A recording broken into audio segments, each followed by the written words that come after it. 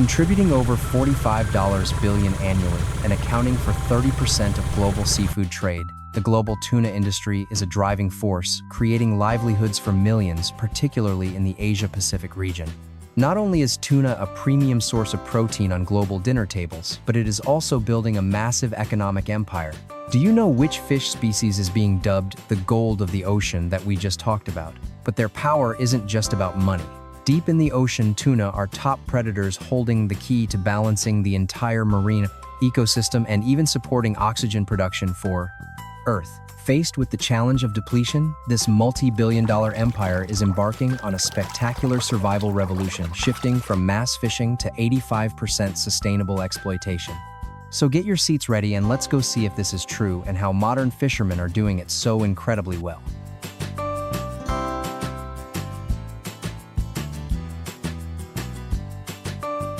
This industry utilizes supersized purse-seine fishing vessels, 4.5-100 long with a capacity of 500 to 2,000 tons of fish in refrigerated holds, along with giant nets up to 2,000 meters long and 250 m deep. The vessels are equipped with the most advanced detection technologies such as helicopters, electronic equipment, sonar, radar, water temperature reading systems, and especially modern fish aggregating devices, FADs, fish aggregating devices, to attract schools of fish. Fishing operations are also supported by auxiliary boats such as net skiffs and speedboats.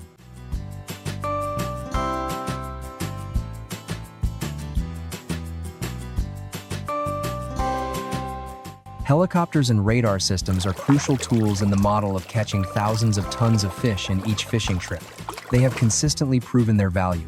The seamless coordination between the ship's control center and the GPRS positioning support to determine the location of fish schools, and the helicopters flying to search for and detect large schools of tuna, and the information relayed to the captain has created a perfect search and catch model.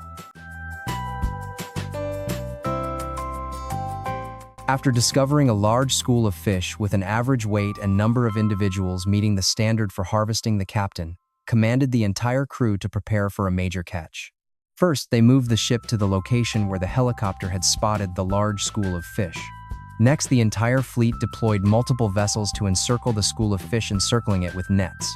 Every decision regarding the fishing method was made urgently and precisely, aiming to capture the entire school of fish without allowing them to escape. Everything was pre-programmed. Smaller vessels towed the nets using a massive net several thousand meters long and reaching depths of up to 250 meters surrounding the school of fish. The first calves set off, cutting through the water like lightning, like vehicles gliding across the ocean. Next, the second calves seemed even more eager than the first, as if wanting to be the first to claim victory. Then the third calves stepped onto theirs, seemingly unwilling to be outdone, and signaled the captain to lower his calves so he could leap aboard, as if wanting to lead a large school of fish directly onto his deck without needing a net. All the calf squadrons were brimming with energy, positioning themselves as if wanting to catch all the fish in the ocean in a single haul.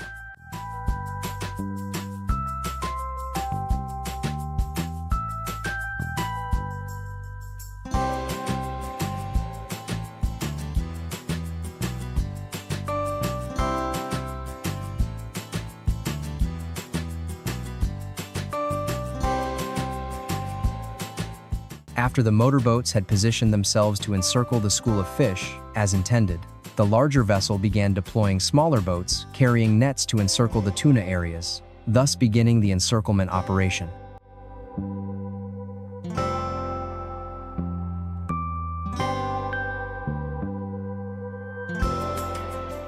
Immediately after releasing the nets, the fishermen began steering the boats to move and cast their nets into the areas where the motorboats had surrounded the fish.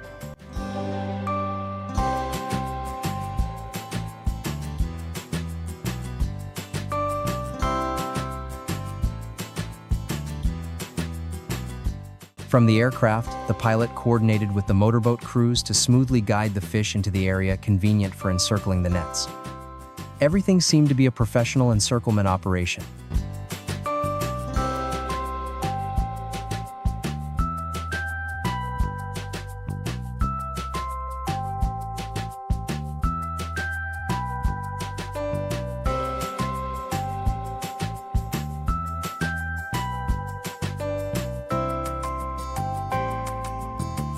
The motorboat sped through the fish area, creating a swirling circle to encircle the fish at lightning speed according to the crew's calculations.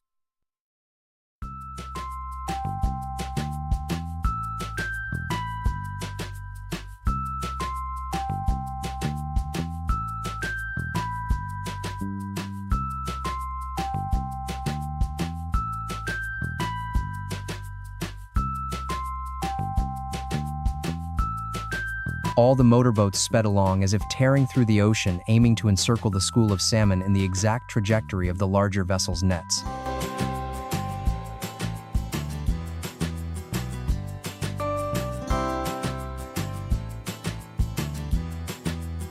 From above, it was clear that the salmon were racing wildly within the net's control zone.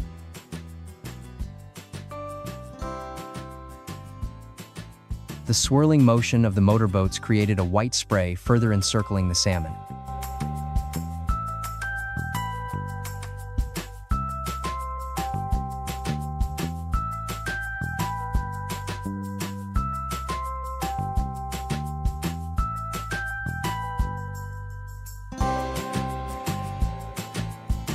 Looking down from above, we can see that the catch is almost 80% successful because all the salmon have been contained within a controlled area. When the work of the catapults and helicopters was finished, the tuna purse seine system had also completed encircling the school of fish in its giant net, promising a catch of hundreds of tons. All the crew and workers on board were ready to receive the catch.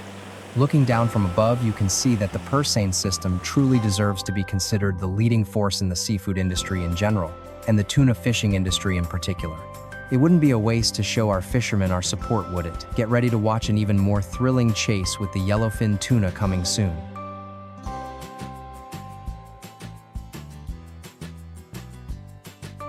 Inside the ship, the fish processing area has begun preparing to receive the full catch of tuna.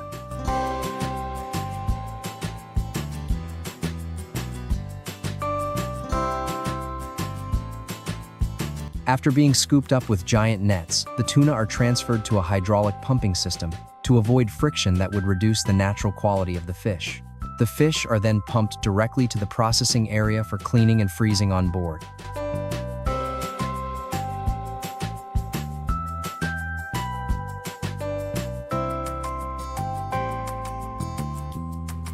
In the processing, plant workers work quickly and efficiently to ensure that all the fish being pumped in are processed cleanly and professionally, guaranteeing the highest quality until they reach the mainland and are transferred to the processed purchasing company. We just witnessed a spectacular harvest of skipjack tuna. Now let's look at the overall scene of the encirclement of yellowfin tuna, some weighing up to 180 kilograms. After the perfect combination of helicopters and large ships to encircle the yellowfin tuna and keep them under control, we can see that the yellowfin tuna fishing system is slightly different. Its buoys are larger than those used for skipjack tuna because yellowfin tuna are much heavier than skipjack tuna.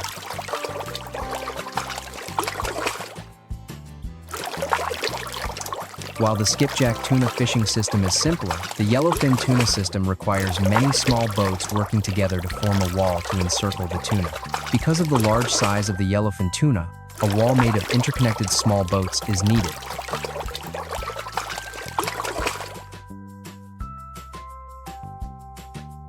After these small boats are fitted with tracking devices and nets, a large wall is formed using thick nets, and the yellowfin tuna are successfully encircled. Seeing hundreds, even thousands of giant yellowfin tuna thrashing in the nets, we can see that this haul will yield an extremely large harvest, potentially hundreds of tons of yellowfin tuna. After the yellowfin tuna have been successfully surrounded and restrained, rendering them unable to resist or escape, the fishermen wade into the nets, tie the tuna's tails, and use a crane to lift them onto the ship's deck.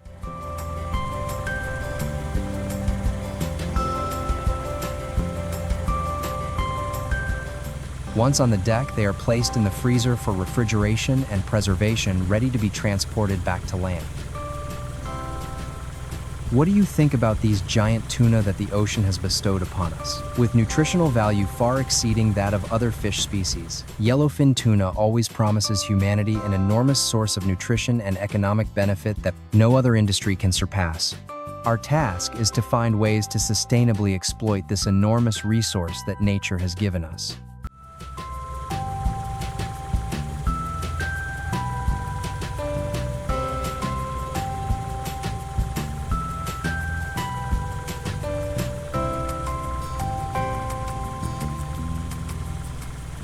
To achieve this, it requires not only the cooperation of fishermen, but also the joint agreement of governments involved in marine areas to work together responsibly, so that future generations can enjoy the benefits that the sea provides.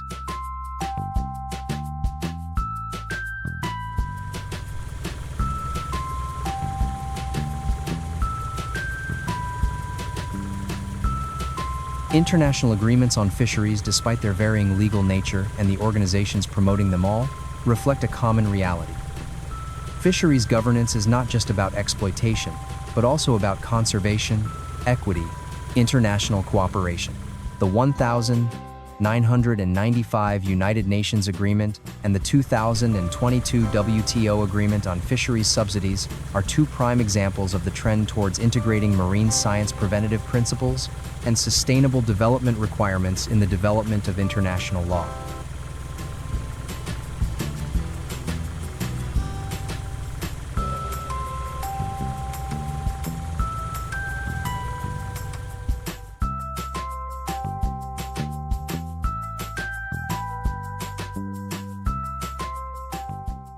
Because the voyages at sea last for many days, all the fishermen's activities take place on board. Since the space is limited to the ship, the crew often takes care of each other.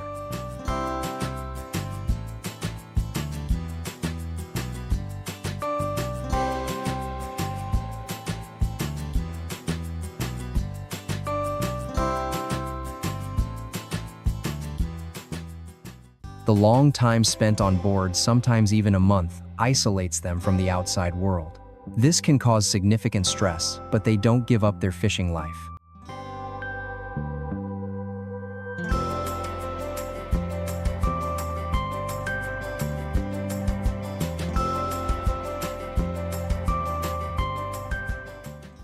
Sometimes the intense work makes their lives at sea even harsher. But with their love for their profession, the fishermen here are always cheerful, carefree, and self-reliant, maintaining a stable life at sea.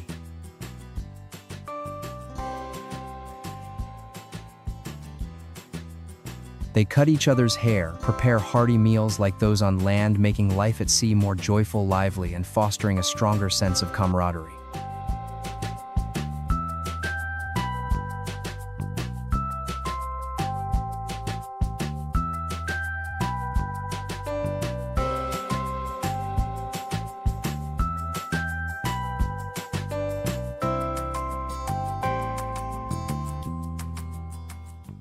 They even keep pets at sea, and in their free time they repair or prepare their nets before finding a new school of fish.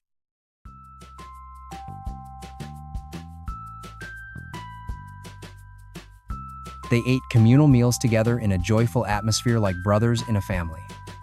From this, they built a spirit of solidarity, so that when they found a large school of fish, they immediately worked together to catch them.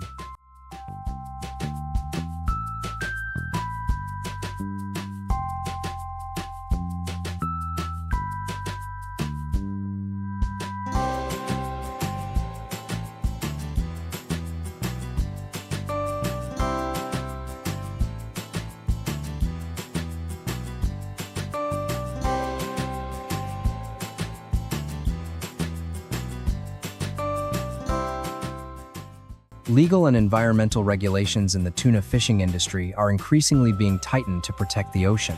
Large vessels like the Annalise Ilena, with their enormous catch capacity, are required to comply with sustainable fishing regulations. In the Pacific Purse, seine vessels typically have 100% supervisory oversight to ensure transparency in catch and fishing methods.